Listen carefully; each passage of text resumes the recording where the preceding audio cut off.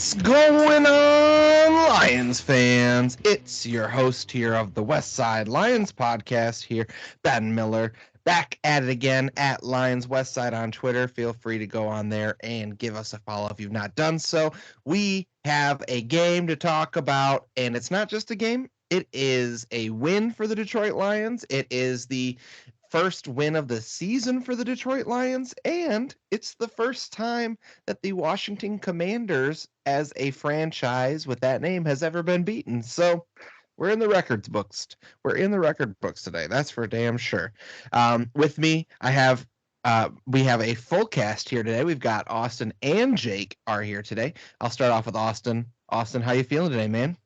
Hey, I'm feeling pretty good, Ben. Yeah, still trying to recover from that win yesterday. You and I were both at the game, and yeah, place was hopping. It was tons of fun. Yeah, I think that was probably the most electric game that I've been to at Ford Field, and it was fun. It was definitely a good game to go to. Jake Krieg, like I said, is also here. Jake, how you feeling today, man? Pretty great after that amazing win yesterday. Yeah, man, it was a good win. We're gonna have a lot to talk about, but before we get into it, I'm just gonna go ahead and play the locker room celebration for everyone to listen to real quick. So here it goes. All right, hey, listen. Listen, this is everything we talked about. Detail and discipline. Like, to me, that's a lot of pent-up aggression and anger and frustration that has come out, but we did it the right way. That's how you attack the opponent. Man, that was precision. And because of that, we got off to the lead we did. Man, we were pumping on both levels, 22-0, right? Defense, you kept banging. We stalled out a little bit on offense, and all of a sudden, when they started making some things happen offense, you can answer. And it doesn't matter, man. I'm telling you, it doesn't matter. You win 51-50, you win 14-10. It's just about balancing everything out. You guys did that. This is all I'm going to say. That's one. Yes, sir. That is freaking one, man. That's one. But everything's about Minnesota. No, listen, enjoy this. Like Dan Campbell said, man, this is just number one of hopefully many to come this season. But let's go ahead and get into it here. Austin and I both were at the game, like you said. So I'm interested, Jake, not being at the game. You know, what were your initial reactions to that game?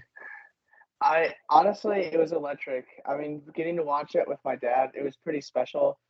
I mean, growing up as a Lions fan, I mean, it's been pretty rough. I mean, we've had 2 good seasons as my time as a Lions fan, 2 like watchable seasons.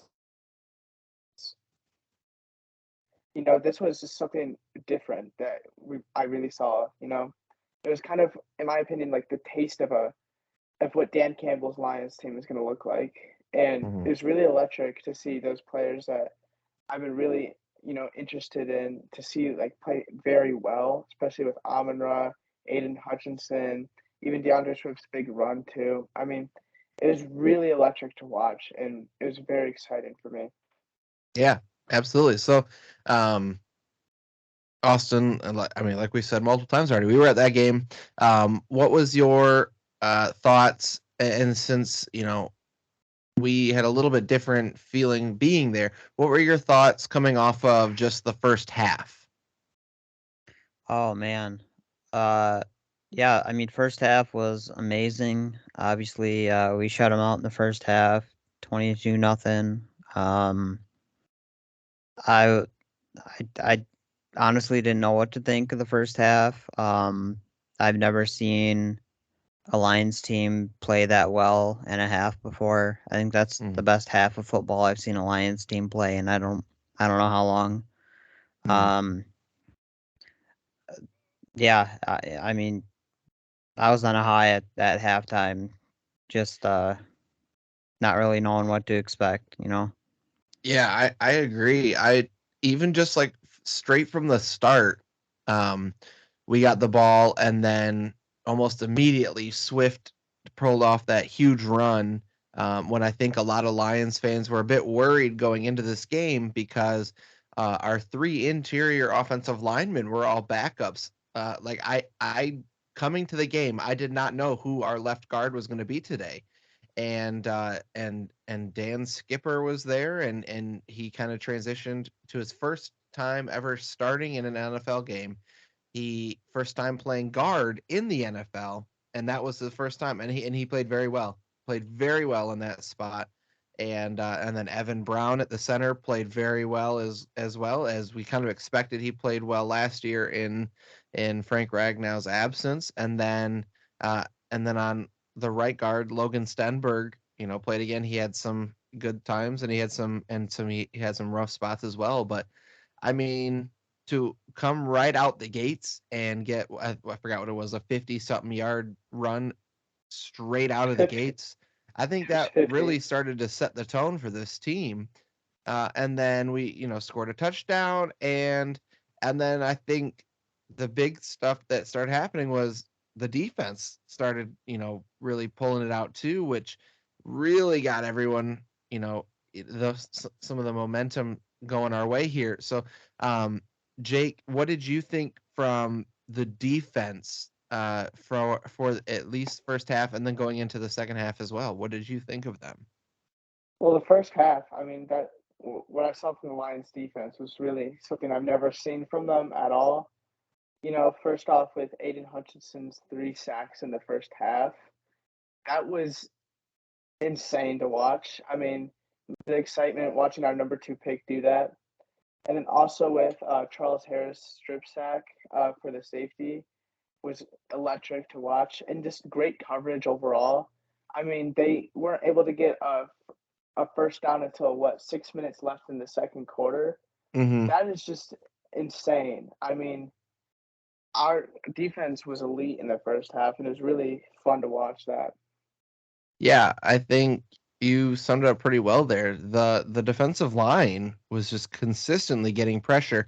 Austin, I talked to you and oh, I can't think of his name right now, Mike, last week about how I wasn't so sure, whether or not they were going to continue this pressure and the blitzing and see if that continues into this game, or if that was just a one game thing. But it sure looked like that's gonna be who they are, is send the blitz, and really try to get after the quarterback. Do you think that they overall were successful at that?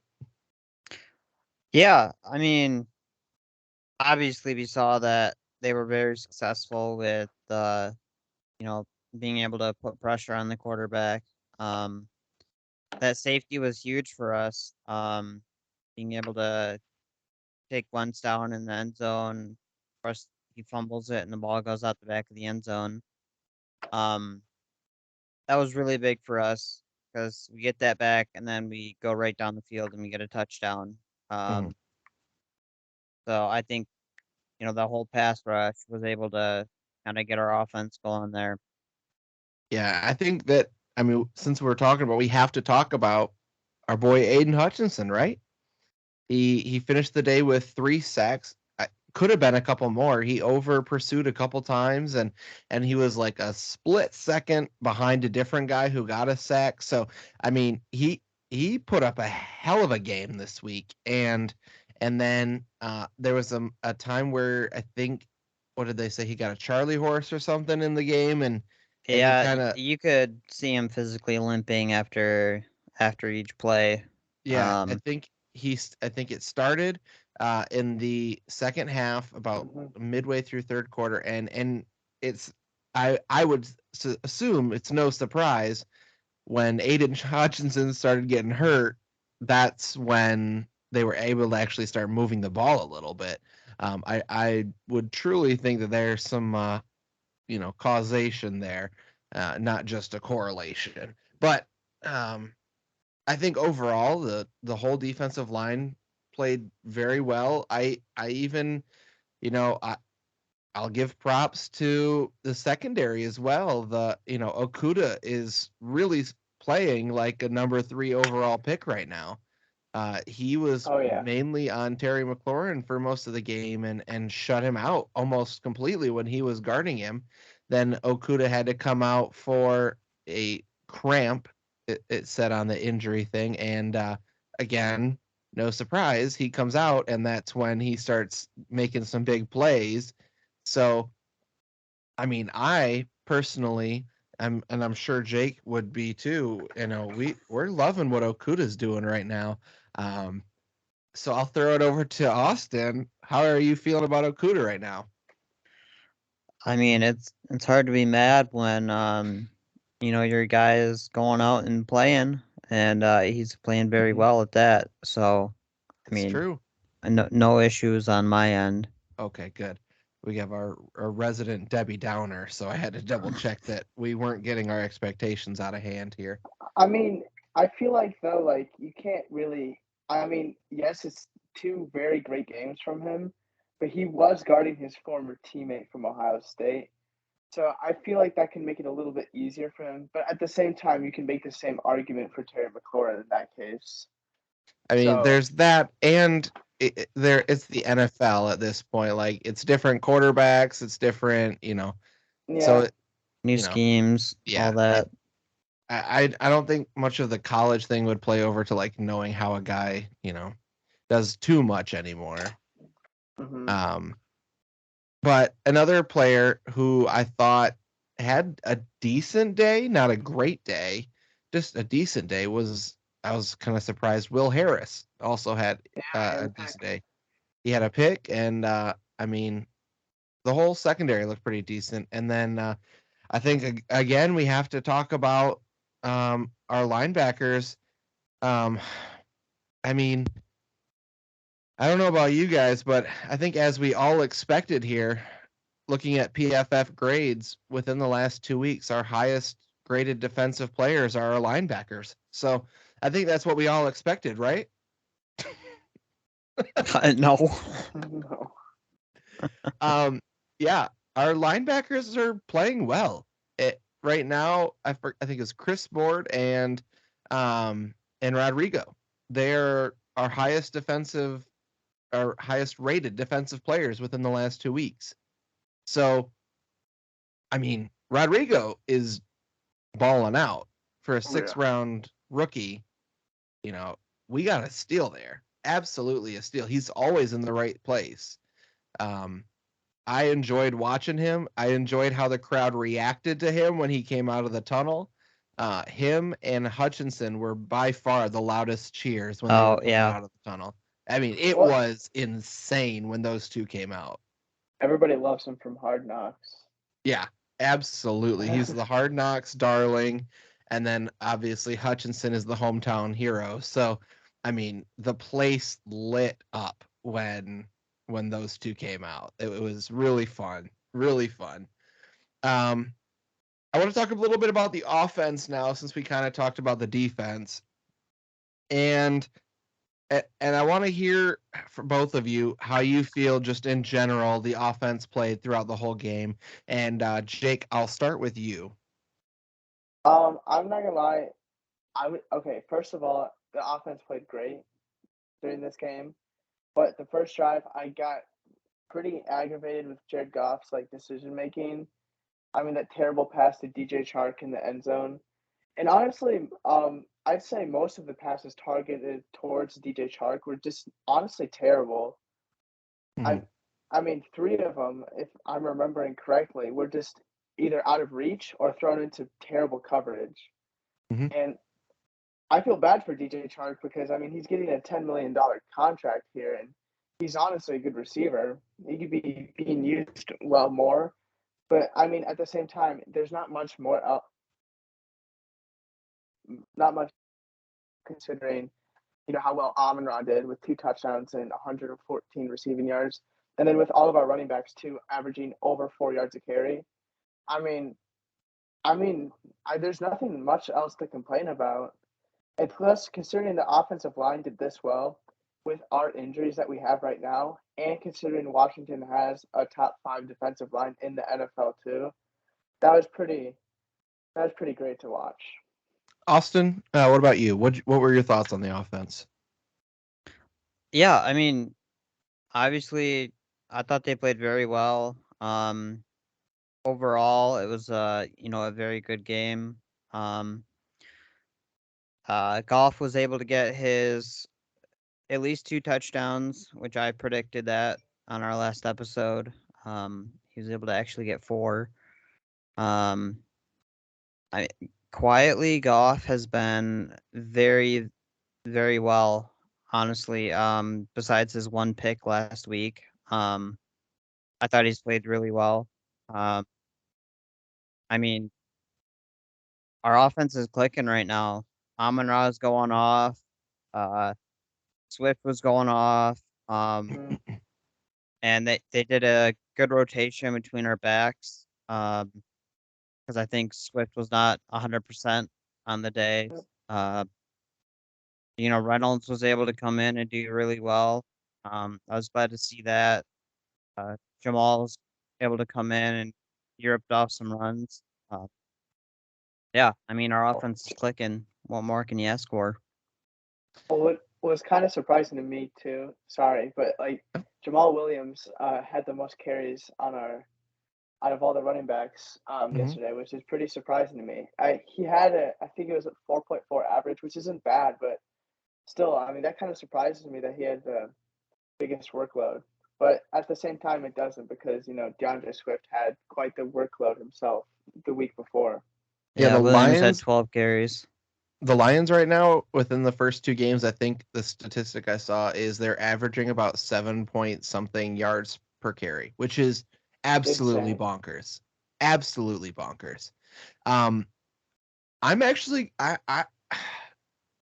gonna contradict a little bit of what I think of Jared Goff compared to what Austin thinks. I think this game was really won by the superstars making plays. Yeah. The Amon-Ra making a huge play happen, or DeAndre Swift getting thrown an underthrown ball, spread eagle on the ground, getting up, and then still on a 3rd and like 12 and still getting to the end zone. And I think that if a few of those master plays were not, created by huge, like Amon-Ra, Swift, or our run game, I think Jared Goff lost us that game because there were multiple times he had a either touchdown or at least a first down or long play and just did not put the ball in the right spot. He missed the wide receiver. I think that the offense right now around Jared Goff is good enough to keep us at a level that we can consistently beat mid to low defensive teams. But when we have to rely on a quarterback to make a throw or a play, I don't think Jared Goff is going to be able to do that. I really don't. I think right now Jared Goff for this season, to me, is on a game by game basis. He needs to show that like he made the difference in this game, or without, or find some reason for him to stay. I haven't seen him within the first 2 games. I have not found in either one of those games something to make me say, yeah, he's the long-term guy. I'm But not sold on it yet. I mean, I think it's common knowledge for most Lions fans, and even for possibly Jared Goff too, that after this season we will be drafting a quarterback and our quarterback of the franchise. I think that's pretty like I think that's general knowledge, and I think he knows that too. I mean, he is our bridge quarterback, and a bridge quarterback usually does not start 3 seasons in a row. I don't know. I'm just saying. I don't know if Brad Holmes considers him a bridge quarterback. I don't either. Austin, what do you think? Because it seems like everything that I've heard from Dan Campbell, Brad Holmes, this is the guy. This is our guy. We're going to fully back him. And I mean, you have to say that. Obviously, when it's, your franchise and everything, you have to sit there and say, yes, this is our guy, even if you think down the road he's not going to be. But clearly, this is a make it or break it year. But I wouldn't be surprised that if he plays decent enough that it's at least weighing on their mind to keep him. Austin, what are your thoughts? Well, I mean, Goff is Brad's guy. Brad was one of the biggest guys in getting Goff drafted to the Rams. So I don't think his tune has changed on that. Yeah, I think Goff is still his guy, and until we see otherwise, I think he's here to stay. Well, Goff needs to royally screw up for him not to be the guy. And that what- worries me though. That worries me because imagine if we are just like we have everything else ready to go to be playoff contenders and we still have Jared Goff and that's all we have for quarterback. He's not going to win us those games. it's about taking that next step. We built amazing offense Mhm. for our quarterback to play with. Right. I mean, we have the wide receivers, running backs, offensive linemen, and tight end, Mhm. all which are, if not above average, to the good, great tier. Mhm. And the defense is looking considerably better now. All we need now is that quarterback. And if this team wants to take that next step to a playoff and Super Bowl team, they're going to draft a quarterback. There's just no doubt because quarterback has been our weakest position. I think there's still some spots we could plug in some high elite players on defense. But no, I get what you're saying. I get what you're saying. I just don't know if Dan Campbell and Brad Holmes are as set on Jared Goff not being the guy next year. Well, you look at our draft capital too, though. If we don't get a top 5 pick, we can definitely trade up into there, considering we have 2 first-round picks. I mean, considering how well this rebuild has gone so far, and considering how well the players on our team are doing right now, it's just I'm willing to bet lots of money that we draft our quarterback of the future next offseason. I know this is an early topic, but I mean, I'm going to defend my case here. I've always said I think that what happens in the quarterback room in this next offseason depends 100% on how Jared Goff does this year, because I truly believe if he plays well enough for them to even get close to talk of being in playoff contention, not being in the playoffs, but playoff contention, I think Brad Holmes and Dan Campbell will ride with him as long as it takes for him to completely be like the last thing that is holding them back. I'm pretty sure it's safe to cut him after this year, though. But we still have him on contract though, so you're cutting a guy He's when we don't tradable. have a backup quarterback. I think no matter what, we're going to draft a quarterback. I don't know if we're going to draft a guy that's going to be like a starter right away, and stuff like that. But we'll get to draft stuff much later. I mean, look at what they did in LA. They drafted Goff and they put pieces around him. He was able to go to the Super Bowl, and it worked. That's what they're doing here. It doesn't matter. We have Goff. They're putting pieces around him. They're going to see what works. Those pieces in LA were considerably better, though. Look at what Amon-Ra's doing. Potato. We have Hawkinson. We have Swift right now. That's not Todd Gurley in his prime. That's not that 3-headed beast of wide receiver they had when they went to the Super Bowl. We're going to have Jameson Williams coming back as well. Right now, Goff is our guy. I'm going to back him until we shouldn't. I love this. This is going to be great. This is going to be absolutely wonderful for when we start talking about draft, because we have the guy who is ready to stick with Goff. We have the guy who is ready to get Goff out of here, and the guy that you're going to jump ship. I really have no idea, Jake. I'm just saying, he's our guy for this season because Nate Sudfeld's not going to be the quarterback of this team. Well, obviously. I'm just saying I'll stick with him this year, but next year we have 2 first-round picks. One of them needs to be on quarterback. Hey, I'm not saying that we shouldn't draft a QB or that we can't draft a QB. I'm just saying he's our guy right now, and you should back him. I'm just saying these top 2 quarterbacks in this next draft, I don't think they need to be groomed very much. I think They're Jake, we're in the perfectly fine middle just of way the they are. season right now. I We do know. not need to but worry about draft. He's our QB. You should back him. Jake, you know what your future QB needs? Got him. These nuts.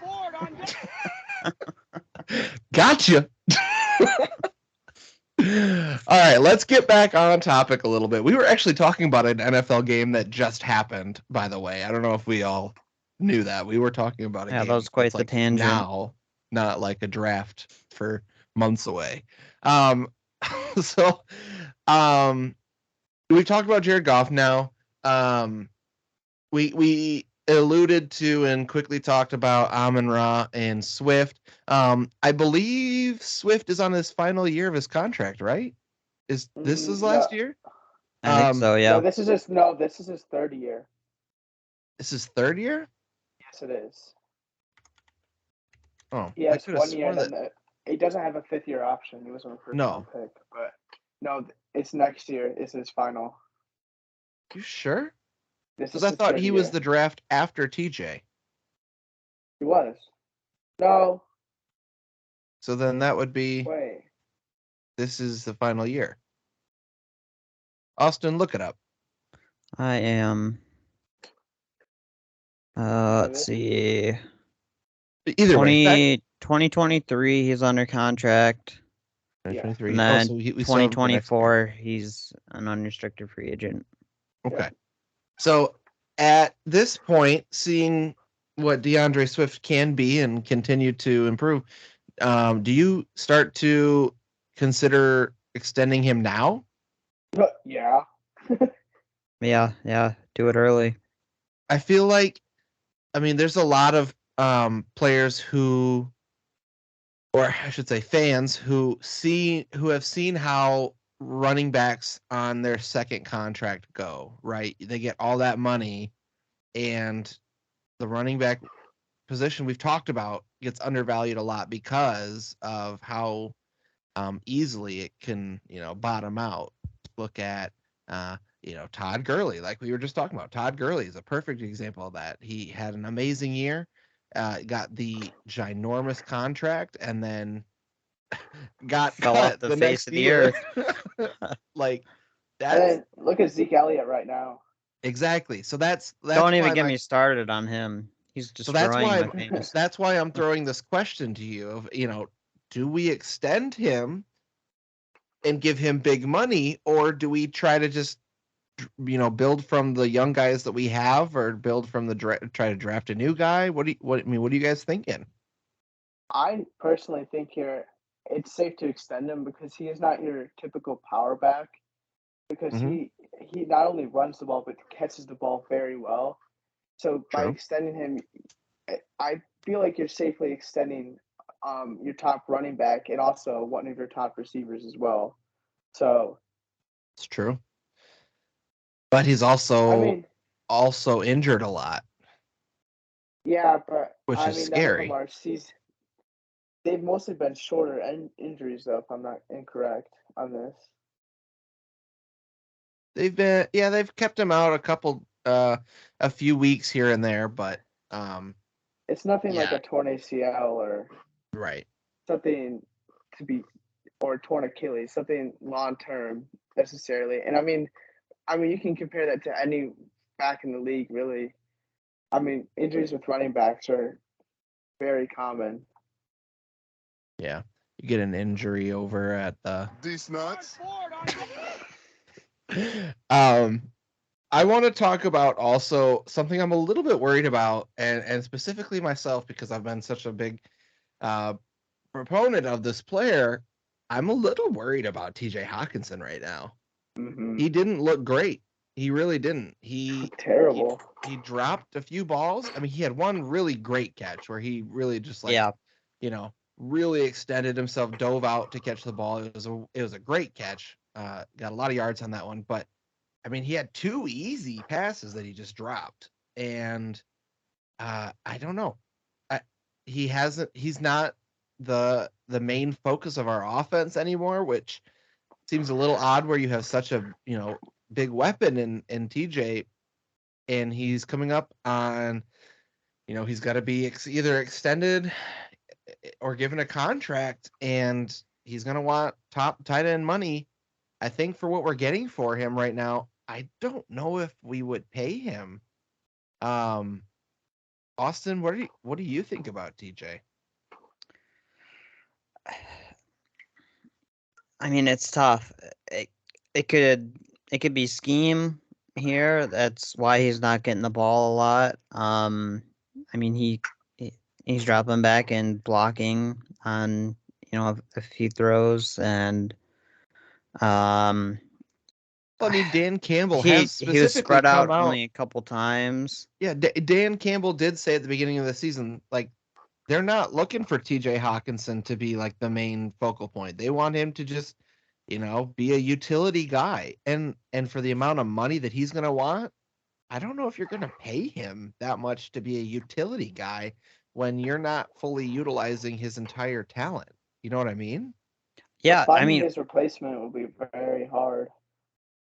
I mean, yeah. again, it's utility guys though. We got Brock Wright who can do one thing that he does, and then you get Shane Zylstra who can do another. I mean, Wright came in and caught a touchdown in like, it the would be game, hard. so It would be hard for like one tight end to completely do everything that he does, for sure. But you can get one tight end that's really great at receiving, and then one that's really great at blocking. And I mean, and you've still got Jason Kabinda that will come in at some point, and he kind of fills into a tight end role as well. And I don't know, man. If I had to bet money, I would bet that we don't extend him. I think we might let him walk. That's gonna be hard to see him in another uniform, though. I can't see him anything else other than the Honolulu blue.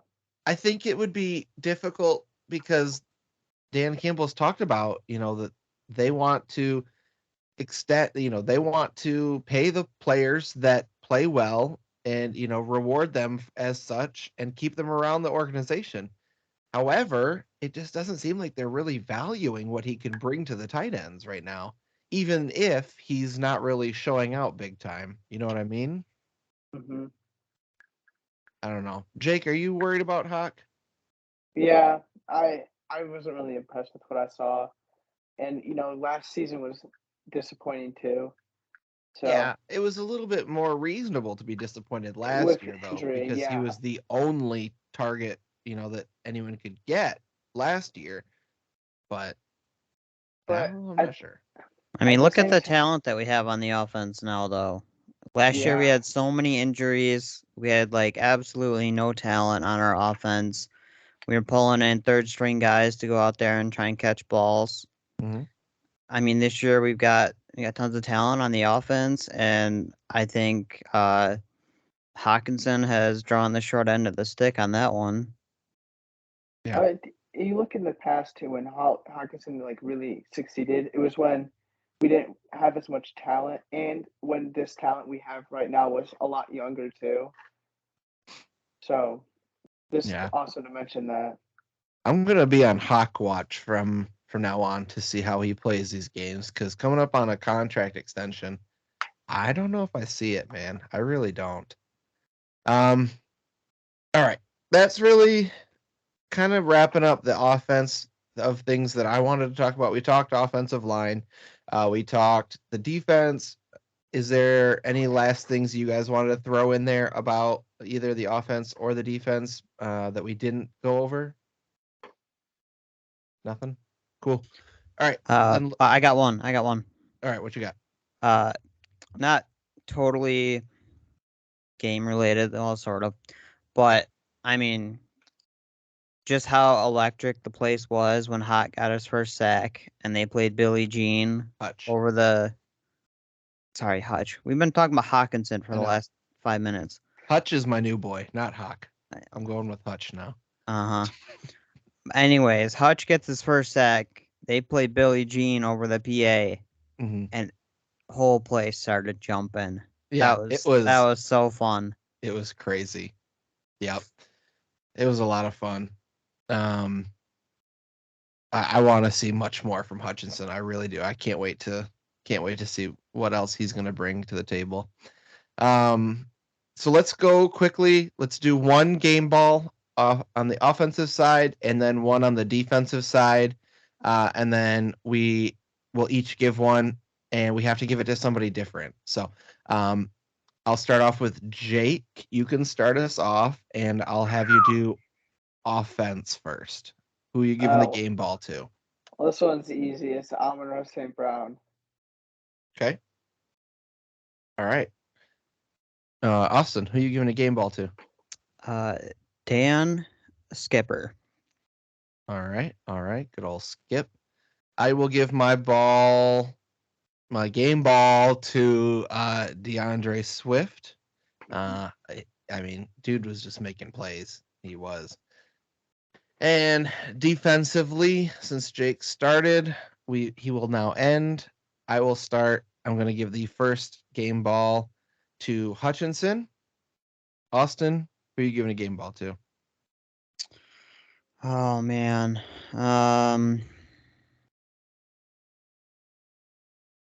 These nuts. Yeah. Mhm. I'm gonna give it to Rodrigo. Rodrigo.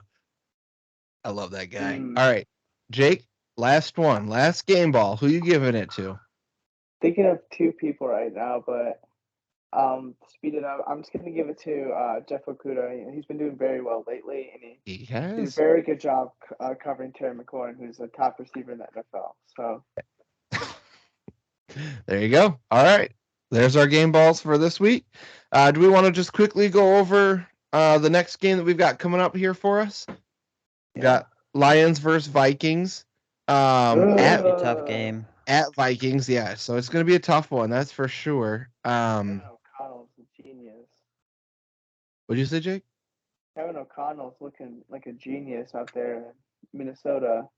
Yeah, it's been one game. It's good. Yeah, Pull that's your the Against thing. the Packers. They do another game tonight. That'll be a good game for us to watch. But I mean, they've got some weapons, man. Dalvin Cook, Justin Jefferson, And their Kirk defense Cousins is looking pretty really good right now. Yeah, their defense. I mean, I'm not convinced yet. I don't think Green Bay plays well in week 1, no matter what. So I want to see what they do tonight, and that'll be a good one to see for sure. But our offense is kind of a juggernaut right now. We didn't even talk about how they put up, what was it, over 35 did they put up? 30 is this the first 2 games that they put up 30 or more points since the last time that they won the NFL championship. So that gives you a little sense about how long it's been since the Lions have had a really good offensive, games back to back. So we're tied with the Chiefs for the most points scored right now. Yep. The top scoring offense right now. So I mean, that's pretty cool. Pretty cool. If you want to call Jared Goff Patrick Mahomes, you could. I think one thing that I'll watch out for in this Lions and Vikings game is Kirk Cousins is a statue, and we're going to send lots of blitzes, which if we can make Kirk Cousins uncomfortable, like Carson Wentz, I think we have a really good chance against this team. As soon as he gets a second to breathe and Justin Jefferson goes off, Thielen is on the other side. So it could get rough, but I think with our pressure that we could put on him, I'm excited for it. I think that there's a real chance, but it'll be a good game. So let's go into the one thing we think we know for that game. I'm sure you guys have not had much time to think about it, but I'll throw it over to Jake first for this Lions-Vikings game. What is the one thing that you think you know? Jalen Reagor's going to have 200 receiving yards and no drops. I'm okay. That was a joke. I think thanks. You guys are so kind. I think Amon-Ra St. Brown is going to beat that NFL record and get 8 or more catches. I like it. Austin, what do you think you know? I'm going to go with Goff again. He's going to throw for 2+ touchdowns. All right. I think I'm going to go double down too. I think Hutch is getting another 2 sacks. That's going to be 2 games in a row that I pick Hutch gets 2 sacks. I was right last time, and I think that Kirk Cousins is stiff enough that he's going to do it again. So I'll go with that. I think if all of those things happen, I think it's going to be a pretty good game. I think it's going to be a pretty good game. This could be a game that might decide like NFC North type of stuff coming at the end of the year. Hey, I think if we win this one, we will be in first place. Be tied with Packers. Well, yeah, we would be first because Packers lost to Vikings, so we would be in first. I mean, we'd all have like the same record, but we would We'd be in first place. We would be the Kings of the North. So, anyways, it'll be a fun game. We'll talk about it all next week. If any major things happen, we'll make sure that we talk about it. But certainly look out for that game. It'll be a very good test for the Lions and this team defensively and their offense as well. So until that game, we will leave you all today. So we will see you next week. And until then, from all of us here at the Westside Lions, go Lions!